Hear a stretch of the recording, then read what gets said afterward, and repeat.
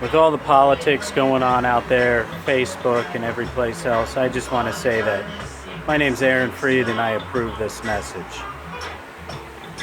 I build furniture, I make artwork, I do all kinds of stuff with wood, and it makes me happy.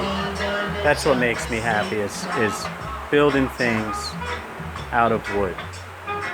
Sometimes I don't always get to build what I want, but I make every effort that I can to build what I want. I've got my little shop set up here, and I was thinking I was spoiled with my 2,600 square foot shop in Broward County.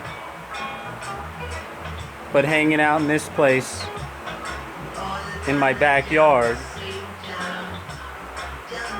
right behind the house that I own, I realize I'm still pretty fucking spoiled. This is some of the artwork I've been doing with the CNC machine, and I've done all kinds of sculpture and carving. It's what I'm good at, and I keep hearing more and more from people that there aren't enough good craftsmen out there. And I think a lot of that has to do with the money. There's really not that much money in it. You got a lot of people that head off to school, go to college, or go to trade school. Fine woodworking isn't really one of them out there. It kind of falls into the class of starving artists. But I've been fortunate because there's been some of the pieces I've done. One of them was a carved coral reef coffee table, and I charged $15,000 for that, and I got it, which was pretty cool. It was exciting, it was fun, and I couldn't believe. Some people will see it that do that kind of stuff all the time, and they'll say, man, that wasn't enough money. And other people are going to say, how the hell did you get that much money for it? And the thing is, people want what they want, and every now and then you'll run across somebody that wants what you're offering.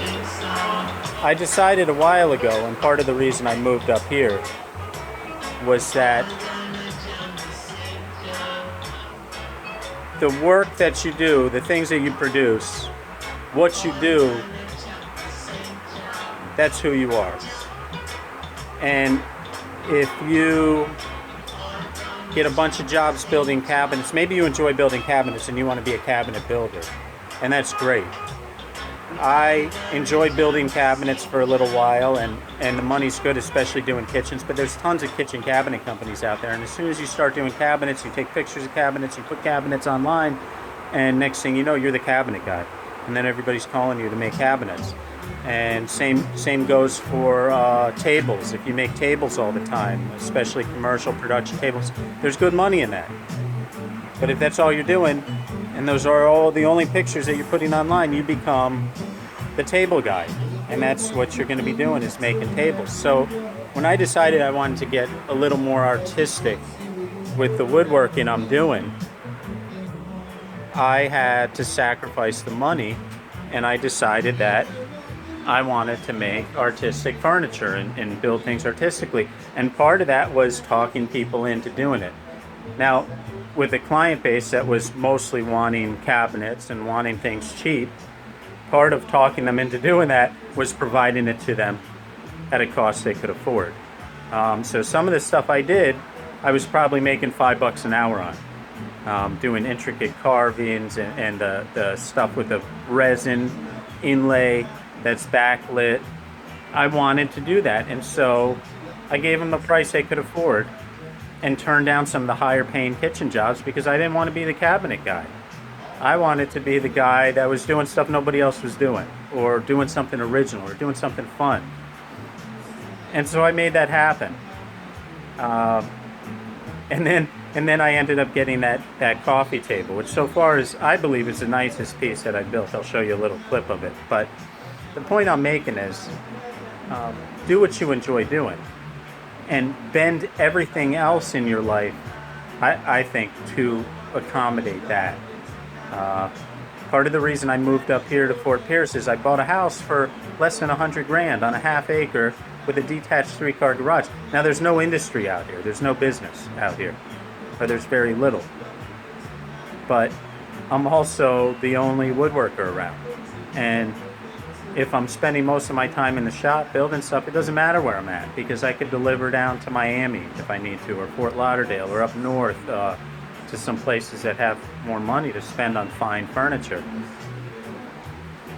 I'm just ranting a little bit, and figured I would share a little bit of how I got to where I'm at. If where I'm at might be someplace you see yourself at in the future, is there's ways to do it. And if you enjoy doing something, do it. I don't need a fancy house. I don't need fancy cars. I don't have any car payments. I own all of them. They're all old and beat up, except for the Durango, which is pretty nice, but my wife drives that.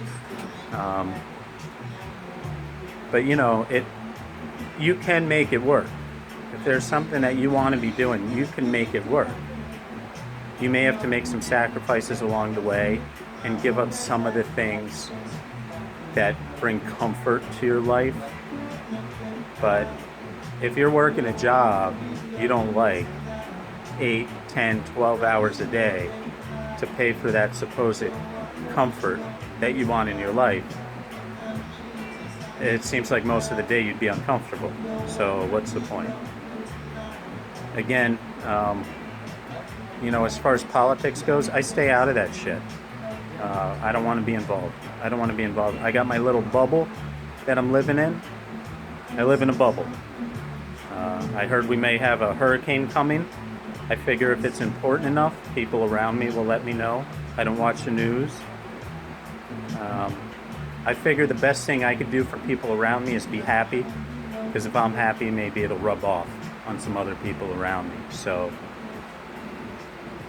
good luck to you guys, and I'll try and post more videos. And next time I'll turn the camera this way so that you get a full screen.